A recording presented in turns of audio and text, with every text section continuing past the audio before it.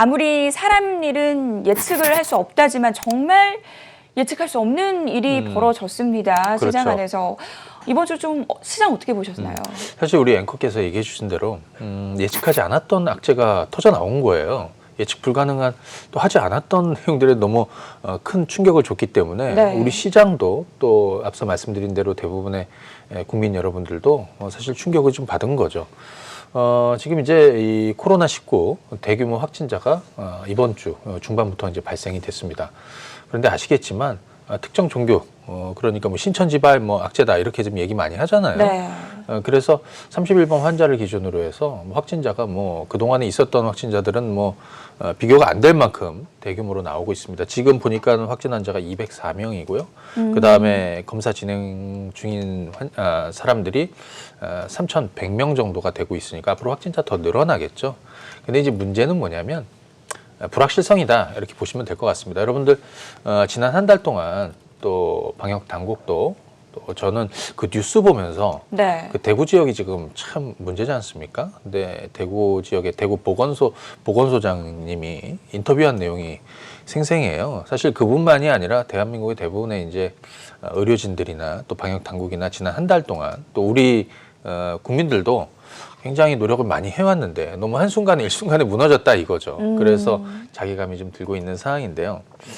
사실 시장은 이 불확실성을 좀 싫어해요. 그래서 처음에 여러분들 중국발 코로나19 이것이 이제 지난 1개월 동안 우리한테는 충격도 줬고 하지만 1월 말에 좀 충격을 줬다가 2월 초 바로 중국 시장이 개장하면서 우리 시장도 또 빠르게 회복이 되었고요. 그 다음에 또 이게 통제도 가능하고 물론 확진자가 조금 늘어날 수는 있겠지만 빨리 치료받고 하면 낫는 병이기 때문에 그렇게 심각하게 또 물론 감기 몸살처럼 당국할 수밖에 없는 뭐 이런 내용이지만 뭐 그런 부분을 생각했는데 이번 주에 너무 큰 충격을 줬던 거죠. 신천지가 온천지를 이제 감염 바이러스를 다 뿌리고 다니고 있다는 뭐 개인적으로 뭐 이렇게 평가할 수 있다라고 생각이 듭니다. 자, 그런데 이제 생각해 볼 부분은 뭐냐면 불확실성이에요. 중국 시장이 처음에 이제 신종 코로나 바이러스 악재로 해서 우리 시장한테 충격을 줬을 때는 불확실성이죠. 그런데 그 환자 수가 어떤 절정을 찍고 또 아니면은 뭐 증시 입장에서는 중국 시장이 개장하면서 그 충격을 한 방에 받은 이후에는 사실 한편에서는 그래 그렇게 어떤 충격이 있고 하기 때문에 정부 입장에서는 뭐 경기 부양에 대한 의지를 확고하게 보여주지 않겠느냐. 그래서 중국 시장도 그동안에 이제 계속 올라왔던 거죠. 근데 지금 우리 같은 경우에는 내부의 악재가 이제 생긴 것이다. 네. 이렇게 볼 수 있습니다. 근데 저도 이 증권 방송하면서 왜 종교 얘기를 해야 되는지 모르겠지만 뭐 특성은 좀 생각해 봐야 될 것 같습니다. 이 종교 집단의 특성이 뭐 한간에는 또 이런 얘기도 많이 하더라고요. 영화 기생충이 생각이 난다고 은밀하게 잠입을 해서 포교 활동도 하고 뭐 이렇게 해서 불확실하다는 거죠. 불확실하다는 거죠. 통제가 정부에서 통제가 조금 쉽지 않겠다. 왜냐하면 뭐 아주 클리어하게 아주 오픈하는 뭐 이런 쪽이 아니기 때문에 그래. 그래서 사실 이 불확실성이 증시에도 영향을 준 것이다라고 생각이 듭니다. 그래서 많은 사람들한테도 좀 힘들게 좀 하고 있는 이런 부분인데 결국에는 이 불확실성이 좀 해소가 돼야 된다라고 생각이 들어요. 그래서 아마 시장이 언제쯤 절정을 만들고 이런 부분에 대해 생각을 좀 많이 하실 것 같아요. 방법은 이제 불확실성을 해소하는 건데 그 불확실성은 개인적으로 앞으로는 확진자가 조금 늘어나겠죠. 제가 볼 때는 다음 주 가장 많이 늘어나지 않을까 싶습니다. 이 종교 집단의 교주가 이번에 우리는 이게 뭐 신도들한테 뭐 이런 얘기를 했다고 하잖아요. 뭐 마귀가 우리를 테스트하고 시험하는. 그러면 보통 이제 신도들 입장에서는 어떻게 생각하겠습니까? 뭐 사실 우리를 테스트하는 거니까 내가 신앙심으로 이걸 이겨내야겠다. 뭐 이런 얘기 생각하지 않겠어요? 그러니까 그건 잘못된 내용이라고 생각이 들고 불확실성 키우는 내용이고요. 첫 번째는 이제 이런 부분을 생각하면 될 것 같아요. 절정이라는 거는 지금 우리 확진자 수 있죠? 확진자 수가 가장 극단적으로 가장 많이 늘어났던 시점이 아마 절정이 오지 않을까 싶습니다. 개인적으로.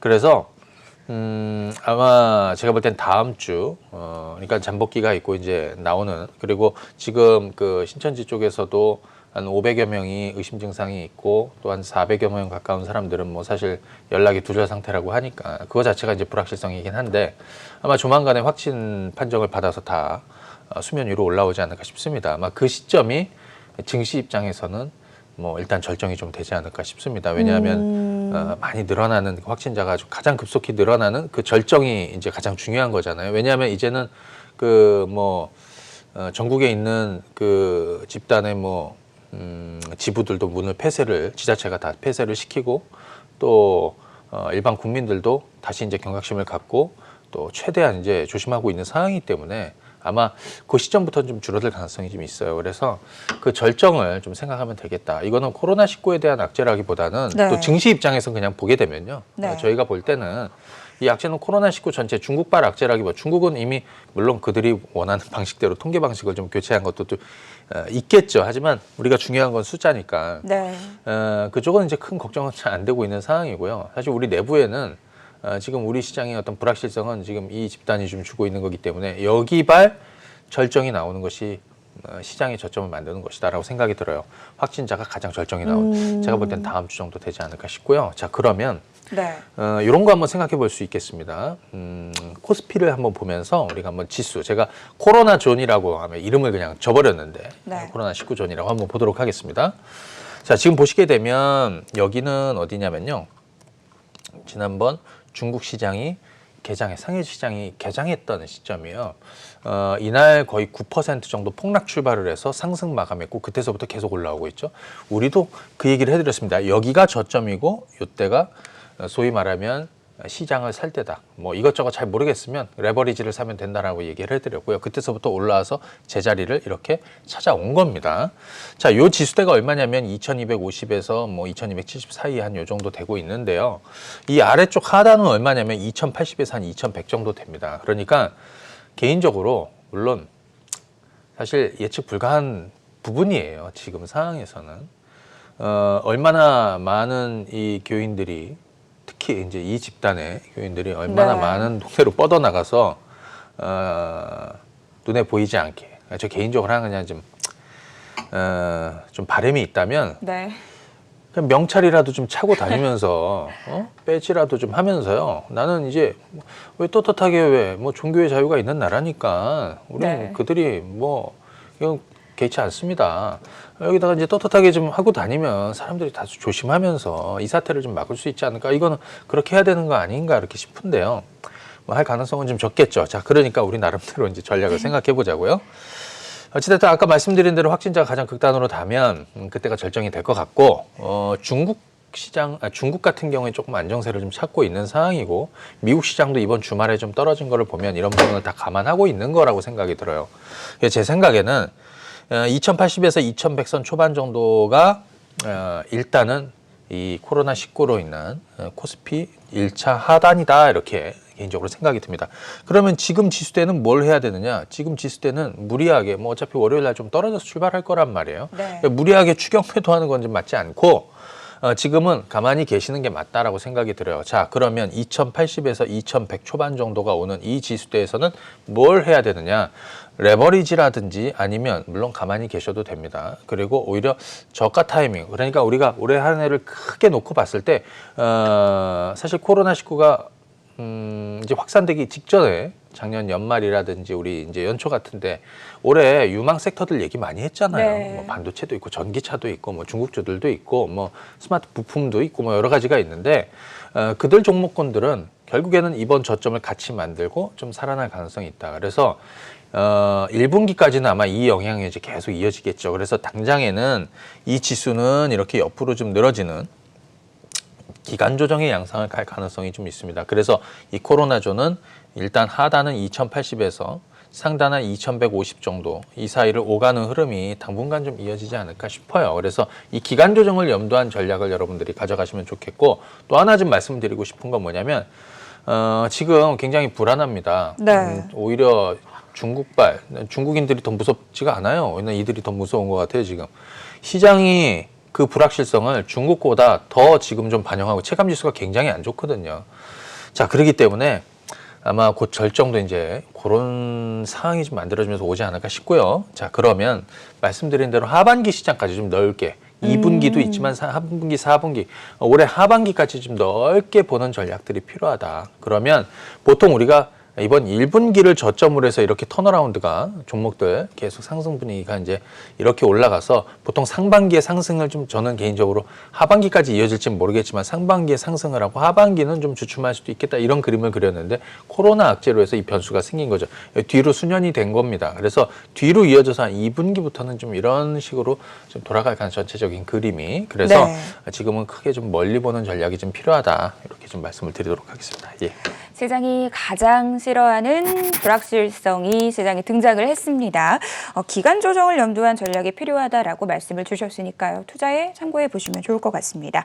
주요 종목들의 흐름도 좀 체크를 해봐야 될 것 같아요. 어떤 종목부터 좀 볼까요? 자, 그러면 사실 네. 우리가 지난 1월 말에 중국 시장이 개장하면 또 폭락도 할 것이고 뭐 그랬을 때 우리는 좀 역발상으로 전략을 좀 드렸습니다. 그때 좀 잘 맞아서 시장이 이렇게 올라왔었고요.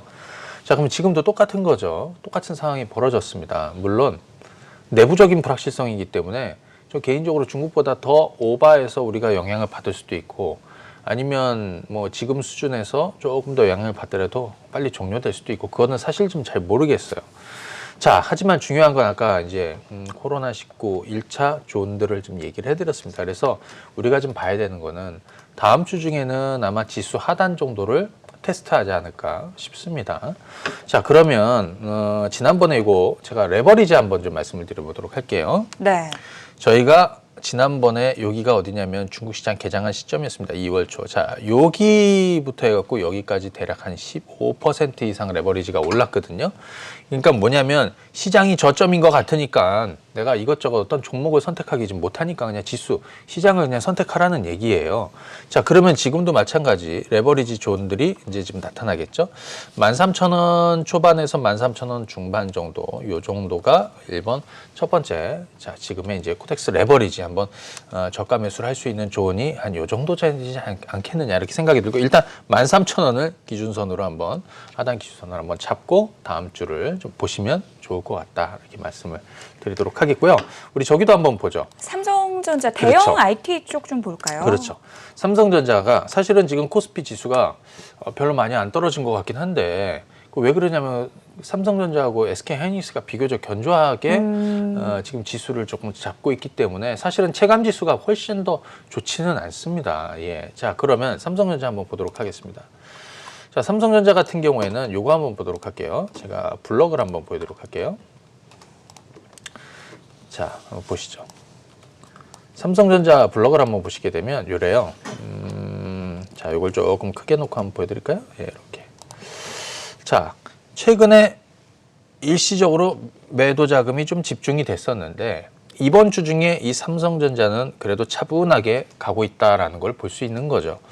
자, 그럼 뒤집어 얘기하면 삼성전자가 다음 주에 지수 테스트를 거치더라도 55,000원에서 56,000원, 57,000원 라인 정도의 이 저점은 당연히 유지가 될 가능성이 좀 높다 이렇게 생각이 들어요. 그래서 이 부분을 한번 좀 체크해 볼 필요가 있겠고요. 그리고 SK하이닉스 한번 보도록 하겠습니다. 이번 주에도 외국인들은 SK하이닉스를 사더라고요. 그렇죠. 그래서 SK하이닉스를 지금 우리가 이제 이 수급 박스에서 양은 블록을 한번 보시게 되면 자, 한번 보십시오. 전체적으로는 어땠냐면요. 최근에 이렇게 자금이 들어왔습니다. 그리고 이번 주 들어서 약간의 물량도 나왔지만 또 한쪽에서는 매수 자금도 들어왔다라는 얘기예요. 블록을 보면 가야 한 칸, 뭐 음의 블록 한 칸, 양의 블록 한 칸. 이거는 뭐 약한 자금이 또 들어오고 또 약한 자금이 조금 나왔다. 뭐 요 정도기 때문에 사실 지금은 좀 담담하게 가고 있는 입장이죠. SK하이닉스 무너지지 않으면 여타 관련된 장비주들이나 뭐 이런 종목군들이 지금 코스닥 시장 영향을 받아서 좀 빠지고 있지만 이 종목들이 다시 좀 일어설 때 그들 종목도 저점을 잡고 올라설 가능성이 있기 때문에 아까 말씀드렸던 지수 하단 존에서는 또 반도체 관련한 장비라든지 이런 종목군들도 저가 매수 타이밍을 한번 가져갈 필요가 있다. 또 가지고 계신 분들 입장이라면 지금은 또 무리하게 또 쏟아내는 것보다는 좀 담담하게 갈 필요가 있다. 이렇게 말씀을 드립니다. 예. 그동안 상당히 뜨거운 흐름을 보였던 전기차 관련 종목들은 과연 이번 사태로 인해서 어떤 영향을 받게 될지도 상당히 궁금해지는데 먼저 삼성 SDI부터 좀 볼까요? 그렇죠. 삼성 SDI 한번 보도록 하죠. 삼성 SDI가 여기 잘 보시면은 1월 달에 이렇게 올라섭니다. 작년에 이제 연말에 무슨 얘기 해드리면 올해는 전기차가 유망한 섹터 중에 하나 2년 만에 기회가 왔다라는 얘기 해드렸죠. 그래서 삼성 SDI, LG와 그다음에 뭐 저쪽에서는 포스코 케미칼, 첨보니 뭐 이런 종목들이 쭉 다 있어요. 그리고 여러분들 잘 기억해 보시면은 우리 그 중국발 코로나 바이러스 악재로 해서 시장이 충격받았을 때 여기고요. 우리 그때 주말 방송에서 하면서 이거 기술적으로 21선 깨지긴 쉽지 않고 한 요 정도 존이 저점 정도 될 것이다라는 얘기를 그때 해드렸어요. 그때서부터 삼성 SDI가 저점을 만들고 살짝 눌렸다가 오히려 좀 올라왔는데 최근에 시장 대비해서 사실 너무나 견조하게 움직여주고 있는 거죠. 그러니까 이쪽은 아직 무너지지 않았다라는 거를 좀 생각하면 됩니다. 네. 그러면 삼성 SDI를 제가 한번 물론 삼성 SDI를 지금 가격에 야, 너 매수할 수 있어? 그러면 별로 견하고 싶지는 않습니다. 이건 가지고 있는 사람들의 영역이고요. 이 종목이 무너지지 않으면 시장이 반전이 나올 때 뭘 볼 수 있습니까? 후속주들을 볼 수가 있겠죠. 후속주는 뭐가 있겠습니까? 좀 전에 말씀드렸던 코스닥의 그런 종목군들이 되겠죠. 네, 자, 그러면 SDI를 한번 보시게 되면 지금 블럭을 한번 보시게 되면 초반에는 물량이 최근에 조금 나오기는 했어요. 그런데 목요일 날은 오히려 자금이 들어왔고 금요일 날은 뭐 시장 분위기가 워낙 한 2,000개 종목 하락하다 보니까 뭐 네. 멀쩡하긴 하겠습니까? 근데 올라온 것에 비해서 조정폭이 거의 이렇게 크지는 않은 것 같아요. 그러니까 이쪽은 아직 좀 살아있는 거죠. 자, 제가 LG화학 한번 더 보도록 하겠습니다. LG화학. 자, 우리 중국발 악재로 해서 그때가 여기였고요. 돌아설 자리들을 얘기해드린 자리가 여기입니다. 저가 매수 타이밍을 가지시라고. 그리고 나서 지금 이렇게 올라서 오히려 이쪽도 다른 종목들 대비해서는 크게 빠지지는 않고 있는 종목들입니다. 자, 보시게 되면 LG화학도 한번 블럭을 한번 체크해 드릴게요. LG화학도 블럭을 한번 보시게 되면 지금 이래요. 자, 이렇게. 자금이 좀 들어와서 이번 주 약간의 물량은 좀 나오고 있지만 제가 볼 때는 이 21선 위에서 횡보할 가능성이 있다. 그래서 삼성 SDI도 LG화학도 기술적으로 21선 이탈하기는 좀 쉽지 않지 않을까 이렇게 생각이 듭니다. 그러면 네. 관련해서 전기차 관련한 종목군들 이들 대형주들, 선도주들 이거를 지금 추격 매수하는 건 힘들어요. 21선까지 눌렸을 때 뭐 저가 매수 타임 한번 갖는다든지 아니면 상대적으로 최근에는 먼저 올랐던 아니 조금 탄력적으로 올랐던 코스닥에 있는 2차 전지 관련한 종목군들 있죠. 그 종목들을 저가 매수 타이밍을 한번 가져가 보는 그 타이밍을 기다려보는 어디서 나오겠습니까? 아까 말씀드렸던 코로나19 지수 존 정도 하단 정도에서 만들어지겠죠. 그래서 그런 거 한번 체크해 보시면 좋을 것 같습니다. 예. 전기차 대장주들 시장 대비 여전히 견조한 모습을 보이고 있습니다. 따라서 후속주에 대한 관심이 필요하다라고 말씀을 주셨습니다. 자, 다음으로 삼성전기도 좀 확인을 해볼까요? 자, 이 부품주들 사실은 뭐 바닥을 작년에 하반기에 쳤어요. 잘 보시게 되면 삼성전기. 여러분들 제가 유튜브나 또 뭐 공개 방송이나 해서 정말 많이 얘기 드렸습니다. 삼성전기 1년 넘게 조정받다가 여기 8만 원 중반, 8만 원 초반, 9만 원 아래, 뭐 10만 원 초반 이 자리 너무나 좋은 찬스라고. 근데 뭐라고 그랬습니까? 장기 투자하시라고 그랬습니다. 웬만하면 어디까지? 이거 작년 8월 달이었는데요. 그죠? 작년 8월 달이었는데 어디까지? 올해 상반기까지. 뭐랑 같이 하겠습니까? 삼성전지뿐이 아니라 LG이노텍 두 개를 같이 하시라고 그랬죠. 자, 지금 이렇게 올라가고 있고요. 뭐 굉장히 많이 올라왔어요. 근데 아직도 고점이 딱 나왔다라고 볼 수는 없어요. 지금 코로나 이 악재로 해서 변수가 좀 있는 거죠. 자, 그럼 여기 한번 잘 보십시오. 삼성전기가 최근에 이렇게 저가 타이밍을 준 적이 있어요. 여기가 어디냐면 네. 중국발 코로나 악재로 해서 시장이 떨어졌는데 그때 저희가 이들 종목들을 저가 매수해야 되는 자리들을 이렇게 존들을 드렸어요. 그 자리가 이제 요게 우리가 금요일 날 방송이었고 요게 이제 월요일 날이었는데 자, 그때서부터 이제 올라오고 있는 거죠. 지금도 마찬가지예요. 아마 이번 그 코로나19 이거 국내 불확실성은 이 종교 집단이 주고는 있는데 어찌됐든 이 절정이 나오게 되면 이 어딘가에서 저점은 좀 만들어질 가능성이 있다. 그러면 삼성전기 플러스 LG이노텍. 최근에 LG이노텍은 이제 애플하고 연계할 수 있는데 애플이 뭐 사실 이번 코로나 악재로 해서 중국에서 아이폰 판매가 둔화되고 실적 눈높이를 대폭 낮으면서 뭐 쇼크가 있을 것이라고 그랬는데 그 뭐 쇼크가 있었습니까? 그냥 우리만 너무 호들갑 떨다가 끝난 거지. 네. 자, 이 얘네들은 전체적으로 상반기 사실은 이렇게 올라가는 구조입니다. 그러면 코스닥에서 관련 부품주들이 있어요. 관련 부품주 제가 뭐 전부 다 얘기할 수는 없고 코스닥에 있는 부품주들도 지금 조정이 좀 들어오고 있는데 그들 종목들도 아까 말씀드렸던 지수 하단존 정도가 되면 오히려 저가 타이밍이 오게 될 것이다. 왜냐하면 앞서 이쪽에서 이미 다 해봤잖아요. 예, 네. 여기서 똑같다 이렇게 말씀을 드리도록 하겠습니다. 예. 코스닥 안에 있는 IT 부품주들 저가 매수 타이밍 좀 노려보자라고 말씀 주셨습니다. 중국 관련주들 어떤지 상당히 궁금해집니다. 저는 사실 놀랐던 게요. 저희 네. 방송국 옆에도 호텔이 하나 있잖아요. 네네네. 이런 사태가 일어나면 중국인 관광객이 안 올 줄 알았는데 네. 오늘도 여전히 관광 버스가 그렇죠. 있더라고요. 네, 맞아요. 호텔 신라는 좀 어떤가요? 저는 개인적으로 이렇게 사실 그 일각에서는 우리 그 위기 경보 단계를 한 단계 심각으로 올려야 된다라고 얘기도 하는데 그렇게 되면 이제 안 오겠죠. 예. 근데 전 그건 우리 경제에 절대 도움이 안 된다라고 생각이 듭니다. 거기에 준하는 대응을 하면 된다라고 생각이 들고 왜냐하면 후유증이 너무 커요. 증시 입장에서는 저는 반대하는 입장입니다. 왜? 증권시장에는 더 충격을 줄 수가 있거든요. 그리고 또 하나는 뭐냐면 사실 중국인들이 그렇게 겁나는 건 아니에요.